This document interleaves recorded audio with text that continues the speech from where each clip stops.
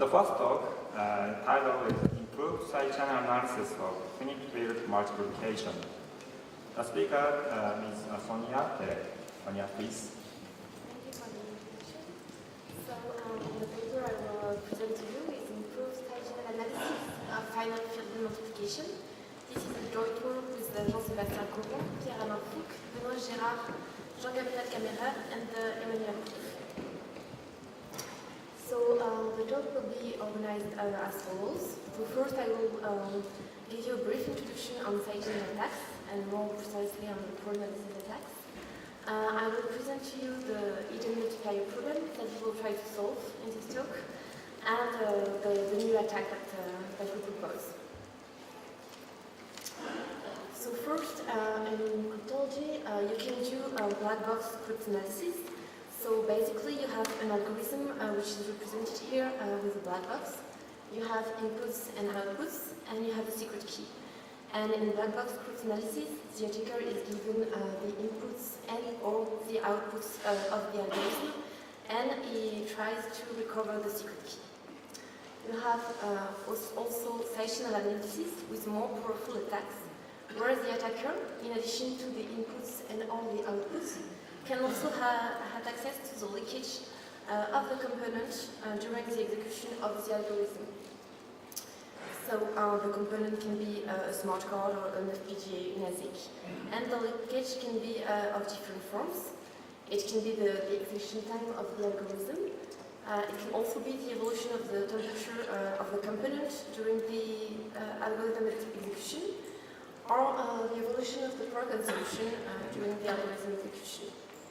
So in this talk, we will focus on the evolution of the power consumption to mount side channel attacks. So if you do want to build a pro-analysis attack, classically you will use a divide and conquer strategy. So I will give you a short example here on the AES, which is the most widely used block cipher. So the AES takes as input a large message, a 128-bit message, and a 128-bit key. The message and the key are split in blocks of 8 bits, and each block of 8 bits of message is added with an 8-bit block of key. Then the result is given to an S-box, and you have a sensitive value that we refer to as a V here. So this sensitive value on 8-bit depends on a few bits of the key and a few bits of the message. So what you can do is to predict all the possible values for this variable V by enumerating all the possible keys on 8-bit, all the possible values for K0. So you have 256 possibilities. And then you can compute this for all the messages that you have. And if you correlate these predictions with the actual leakage, you will find that the best correlation will give you with high probability the correct guess for K0. So now you have K0, and you can repeat the attack for all the 8-bit blocks to recover the 128-bit key. So this is a very classical pro-analysis attack which uses the divide and conquer strategy. It's very powerful. On software, for example, you can recover this secret key, this 128-bit secret key, with only between 10 and 100 traces. And in hardware, it can be with 1,000 traces, for example. In other algorithms, in other cryptographic algorithms like AES-GCM authentication or multiplication-based phrase-breaking, you have the keys manipulated through multiplications. Depending on the implementation of the multiplications, you can sometimes also apply the divide and conquer strategy. For example, if the key is split in 8-bit blocks, and you can observe the leakage of all the outputs of these blocks, you can mount a pro-analysis attack using the divide and conquer strategy.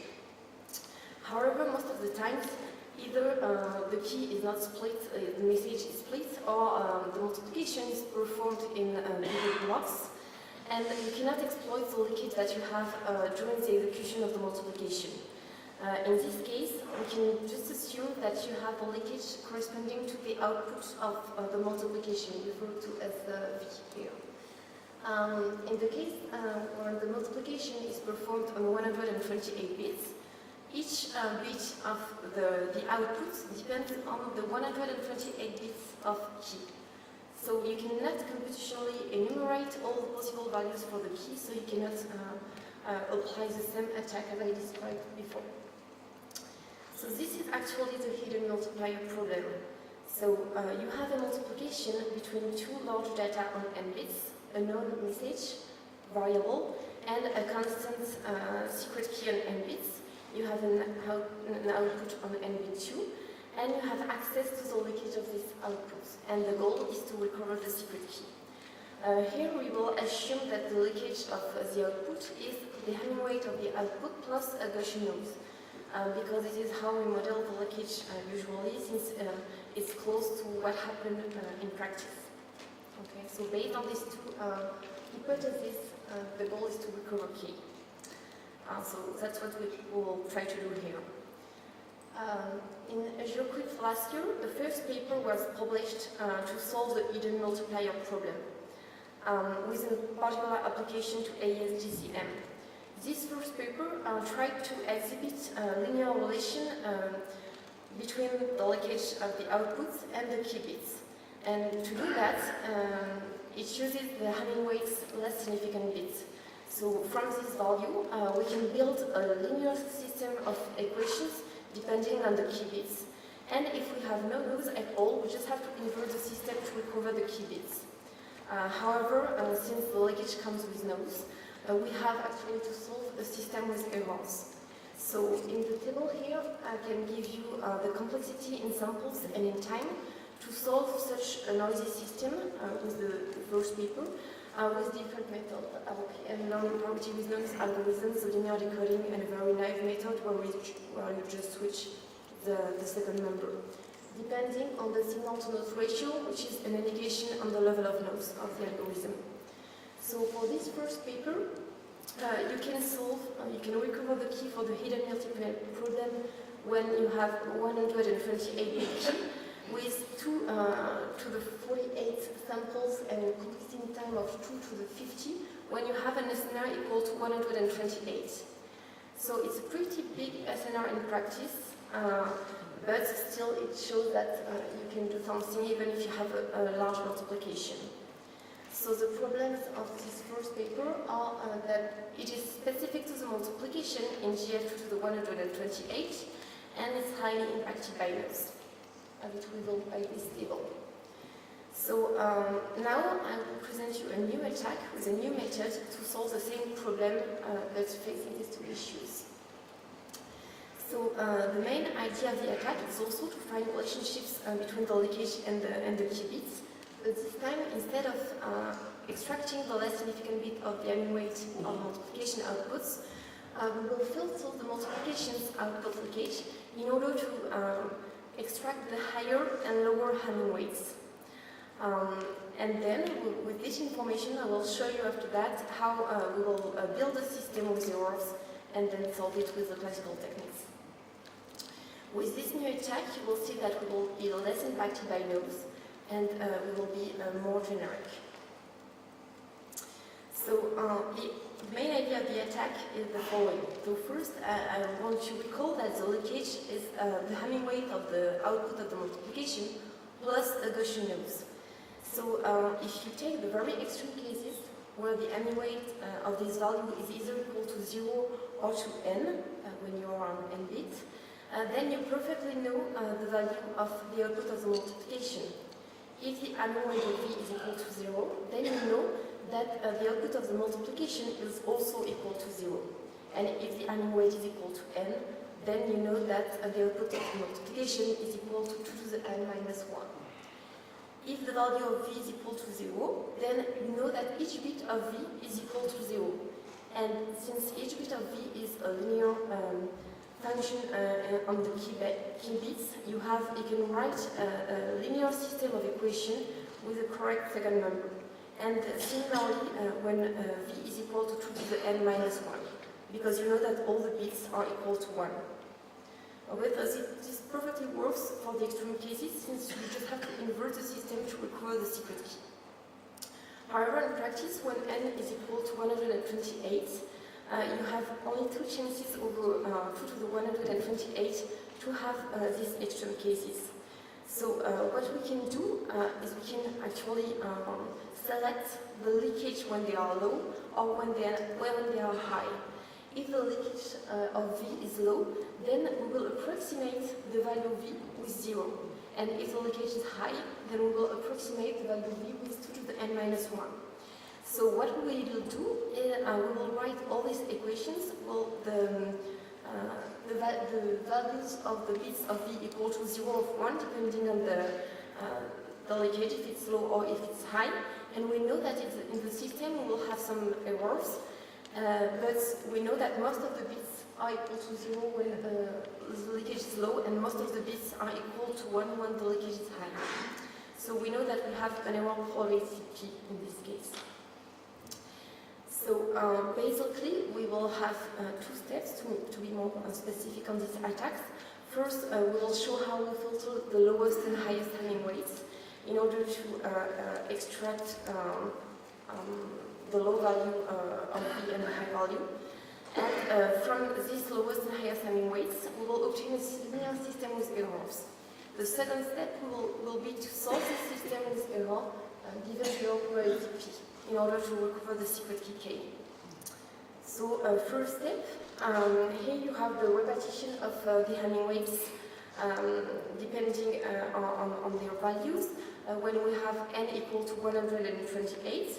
So basically what we will do is to select a value threshold lambda, and we will try to extract all the Hamming weights which are below the mean minus lambda times the standard deviation, and all the Hamming weights that are above the mean plus lambda times the standard deviation.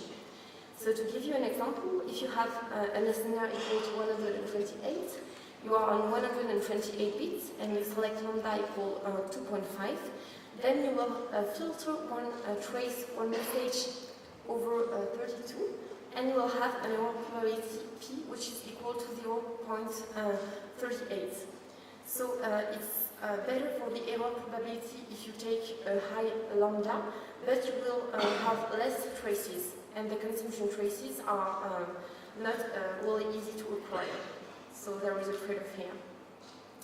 So now that I gave you an example, and I can show you the formulas for the proportion of filter acquisition, which depends on the value of the threshold lambda and on the level of noise, the standard deviation of noise. You also have the formula for the error probability, which depends also on the threshold lambda and the value of the standard deviation of the noise. So from these formulas, we can give you some results. So in this table, you can find the probability of error depending on the proportion of filtering. So at the top of the table, you have the filtering. Namely, you can have one traces, we select one traces over 2 to the 30, one traces over 2 to the 5. Then you have the threshold, the level of SMR also, the probability of error for this method, and the probability that we have in the state-of-the-art paper before, the paper from Azure Crit. So, for example, if you look at the SMR equal to 2, and if you filter one trace over 2 to the 5, then you will have a probability of error equal to 0.41. And in the state-of-the-art paper, you had a probability of error for the same level of noise, which was above 0.49. So this paper is better, this method is better for higher level of noise. So once you have your system with errors, you need to solve it, and to do that we use classical algorithms to solve the LPN problem. So the basic constraints with the LPN problem is to solve a system with limited memory and limited computational power. When applied to sectional analysis, you have additional constraints. Namely, you have to save the number of consumption traces, because this can be hard to acquire. In this case, we also have a key size which is often close to 128. And we have a probability of errors which depend on the noise, which can be high. So to solve the system with error, we just combine some existing techniques. solve the LPN. Namely, we try to multiply the number of samples. We use the error switching lemma, the BKW algorithms, and some other techniques. So we also made experiments to test our new method on real traces. So we tried to compare the error probabilities that you computed in theory with a practical one when we acquire traces on an FPGA Vertex 5 on 128 bits. So this FPGA has an listener for this multiplication of 8.21. And you can see that the error probabilities that we computed theoretically and the experimental one are very close. So even if the component is not exactly leaking the Hamming weight of the output of the multiplication plus a Gaussian noise, the error probabilities are pretty close. Then we computed the expected complexities to recover a 128-bit key with 2 to the 20 traces. In this case, the probability of error is equal to 0.29.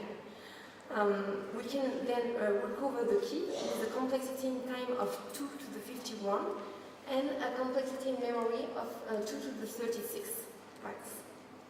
So it's still reasonable for a 128-bit key. Also, we extended the attack to study the case where the attacker can choose the input of the multiplication. In the beginning of the talk, we only considered that the input of the multiplication were known to the attacker but not chosen. So I will give you here an example when we have a multiplication and GF2 to the 128. In this case, you can evaluate with the leakage the successive bits of the multiplication between n, m, and k. If the most significant bit of the multiplication is equal to 0, then you will have the Hamming weight of the multiplication, which is equal to the Hamming weight of 2 times m times k. If the most significant bit is equal to 1, then you will have a difference between the Hamming weight of the multiplication and the Hamming weight of 2 times m times k. So if you observe the leakage and you fix the optimal thresholds, to distinguish between the successive Hamming weights with the powers of 2, then you can recover the successive bits of the multiplication. And I give you in this table the probability of errors on these bits depending on the level of nodes. So you can see, for example, that with an SNR equal to 128, you have a very low probability of error, which is equal to 0.003. Contrary to the attack before, you have here only 128 equations. You cannot acquire more because you have to keep the same message. You cannot improve the attack with different messages. But what you can do is to repeat the same traces with the same messages to obtain a system with almost no error. So, for example, if you have a component where you can find an SNR equal to 2, and if you repeat the same 128 traces 64 times, then you can reach an SNR of 128, where you have only a probability of error equal to 0.003. In this case, you have an average of 0.4 error in the system. So either you have no error and you just have to invert your system to recover the 128-bit key, or you can have, for example, a single error, and then you need 2 to 7 key verifications to find the correct one. So it's very powerful. So to conclude, in this talk, we proposed a successful attack on multiplications without looking inside the multiplication. So we just have access to the leakage at the output of the multiplication. The new method to attack and to solve this hidden multiplier problem is less loss sensitive than the method proposed at Azure Crypt last year. And it's practical for n equal 128. So this means that we can recover, for example, the authentication key in the AES-GCM, or we can recover the master key in the multiplication-based rekeying scheme. And for further work, we would like to apply similar attacks which are not based on divide and conquer strategy through different primitives. and we would like to have a deeper analysis of LPN techniques in order to improve solving in the context of side channel analysis. Thank you for your attention.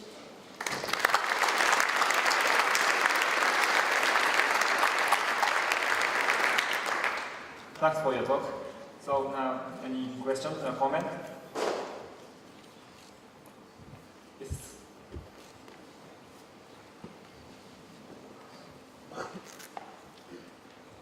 On slide 17, where you show the time and memory complexity, what are those other two entries? The middle one is yours? Which entries? Oh, sorry. You mean the error probability and the filtering? No, you have 2 to the 59.31. 2 to the 59. You have 3 time memory Oh, pairs. yeah. Okay, so you have the complexity in time and the complexity in memory. So the complexity in time is basically the number of basic operations, like XOR. Right. Yeah. You said your system is the middle one, the 2 to the 51? Oh, yeah. Actually, it can be either one of the three. Okay. It depends. You have a trade-off between the complexity in time and the complexity in memory. So you can just choose the one that fits your system. Thank you. Any question, comment?